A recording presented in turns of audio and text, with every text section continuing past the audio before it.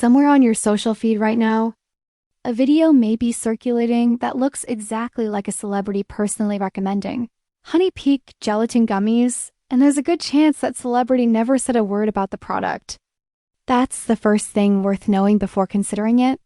Honey Peak Gelatin gummies are marketed as a male wellness and vitality supplement, and the advertising built around them leans heavily on famous faces and implied medical authority to sell the idea that a gummy can meaningfully change a man's performance and energy.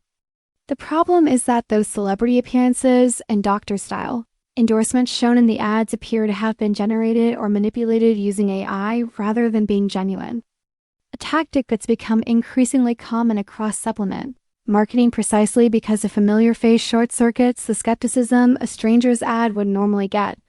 I couldn't find credible, independently published research showing this specific gummy formula produces the dramatic results shown in its promotional videos. And having a few recognizable ingredients on a label isn't the same as proof the finished product works as advertised.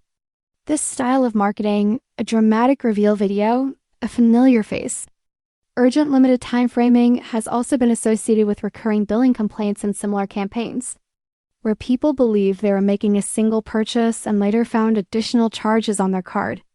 That doesn't confirm exactly what happens after checkout with this particular product, but it's a pattern worth taking seriously before entering payment information. If you're specifically dealing with concerns about male performance or vitality, those symptoms can have a number of underlying causes worth discussing with a doctor rather than addressing through a gummy discovered in a video ad. Given the apparent use of fabricated endorsements and the absence of independent evidence for the product itself, I treat Honey Peak Gelatin gummies as one to avoid rather than gamble on. And if you've already ordered, keep a close eye on your statement for charges beyond what you agreed to.